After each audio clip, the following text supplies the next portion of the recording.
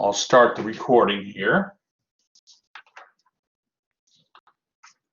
Okay, so section 8.2 deals with series. Okay, so I'm going to click here. What is an infinite series? Well, an example of an infinite series is section 8.2, and they have some, interesting information here. But this is an example here of an infinite series. How many have seen this summation notation before? Summation notation for a sum. A series is a sum. Okay, so I'm sure you must have seen that somewhere. Okay, and if you haven't, you lived a lucky life. Cologne's seen it, Justice has seen it. So what you're doing with a series is you're adding up the terms of a sequence. You're adding up the terms of a sequence.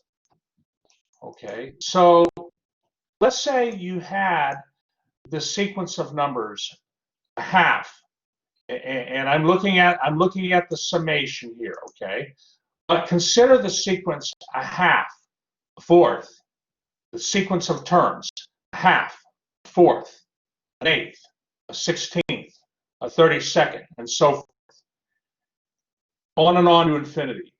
Is it possible to add up all those terms of the sequence and get a finite number? Well, the answer is yes. That is possible. A lot of people would say no, because you're adding more and more terms. But it is possible to add up all the terms of a sequence, infinite number of terms, and get a finite sum. And so what they're doing here is this highlighted yellow is they have the sequence of terms given by 1 over 2 to the nth power. So the sequence of terms is a half, a fourth, an eighth, a 16th, and so forth. They add up the terms, and they're saying that if you add up the terms of that sequence, you're going to get 1. Now, the way we can understand that is in terms of what we just learned. We learned about sequences. So what they're saying is, what if you looked at like first term? The first term is a half.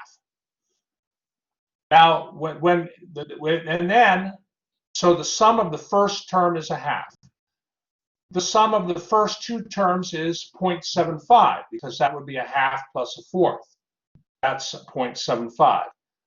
The sum of the first three terms is a half plus a fourth plus an eighth. That's 0.875. The sum of the first four terms, right here, the sum of the first, and it won't, it highlighted it okay. The sum of the first four terms is a half plus a fourth plus an eighth plus a 16th. You get 0.9375. So do you see how this table works? You see how this table works here? So when they add up the first 7 terms of the sequence, they get 0.9921875. When they add up the first 10 terms of the sequence, okay, they get 0.9902344. So if we look at the sequence of these partial sums, if we look at the sequence of these partial sums, what does the sequence of partial sums seem to approach? It seems to approach 1. That's right. That's right. That's right.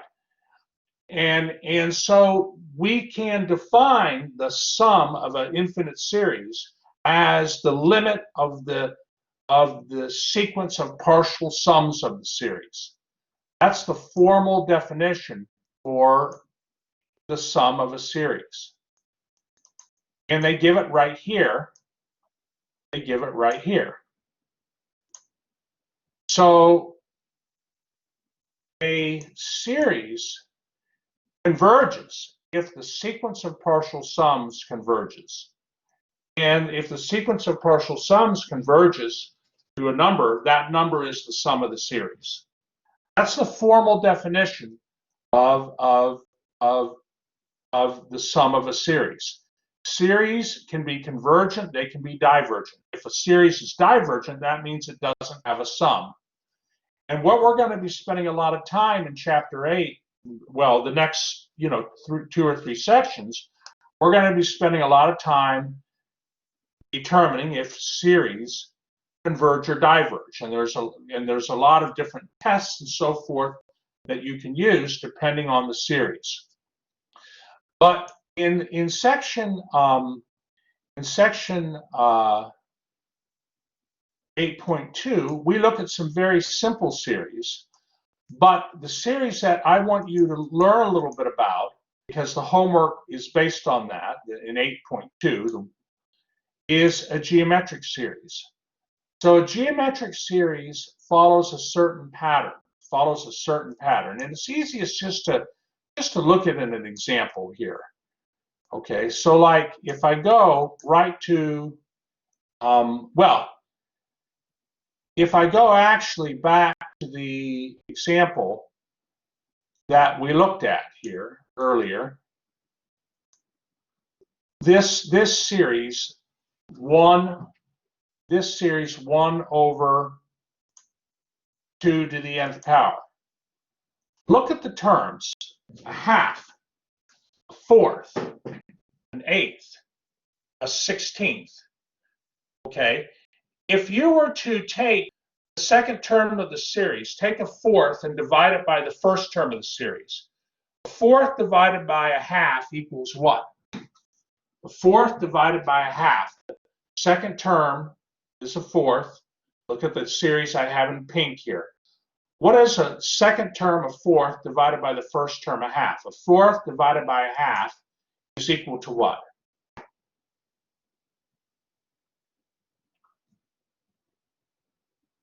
What's 1/4 divided by 1/2 equal to? A half. Okay, that's right, Rodrigo. That's right, Tina. Now, take the third term of the series. Third term is an eighth. And divide that third term by the second term. An eighth divided by a fourth. What's an eighth divided by a fourth? A half. Okay. Take the fourth term of the series. The fourth term is a 16th. Divide the 16th by the previous term, the third term of the series. What's a 16th divided by an eighth? A half. Okay, so that's called a common ratio. A geometric series has a common ratio. If you take one term of the geometric series and divide it by the previous term of the geometric series, you always get the same ratio. So geometric series are defined by this common ratio. And what's great about geometric series is we have a special theorem that establishes if a geometric series converges or diverges. Okay, and they prove it. I don't have time to go through the proof. Maybe we can possibly do it next week, but it'll be intuitive to you. The geometric series, so they denote the geometric series using this form, but basically the geometric series will be convergent if the absolute value of the common ratio is less than 1. If the absolute value of the common ratio is less than 1, okay, then hold on here, I got too much clicking here. If the absolute value of the common ratio is less than 1, the sum converges. If the absolute value of the common ratio is greater than 1, the geometric series diverges.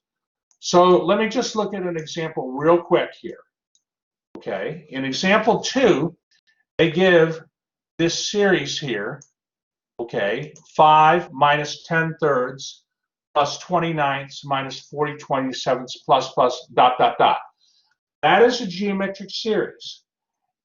The first term is 5, but the common ratio is -2/3. Because if you take -10/3 and divide by 5, you'll get -2/3.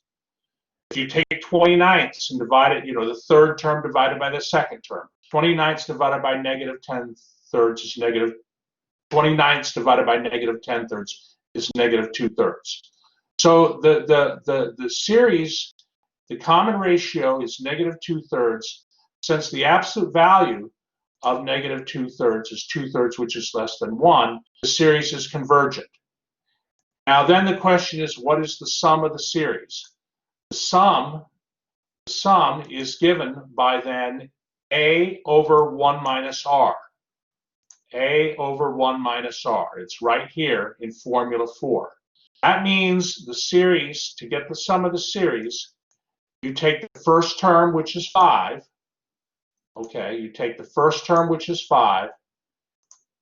All right, I'd like to highlight this. The first term is 5, and you divide it by 1 minus R. Well, 5 divided by 1 minus R is 5 divided by 1 minus negative 2/3, and you get 3. So geometric series are a very simple series. It's the first infinite series that students usually learn, and your homework in section 8.2 is based largely on geometric series. There are a couple of multiple choice questions, though, in that section 8.2 assignment. So you want to be careful,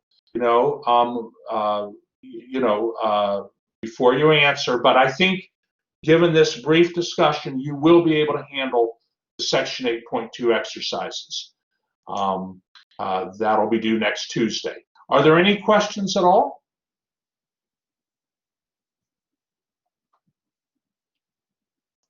Okay, very good. I'll stop the recording.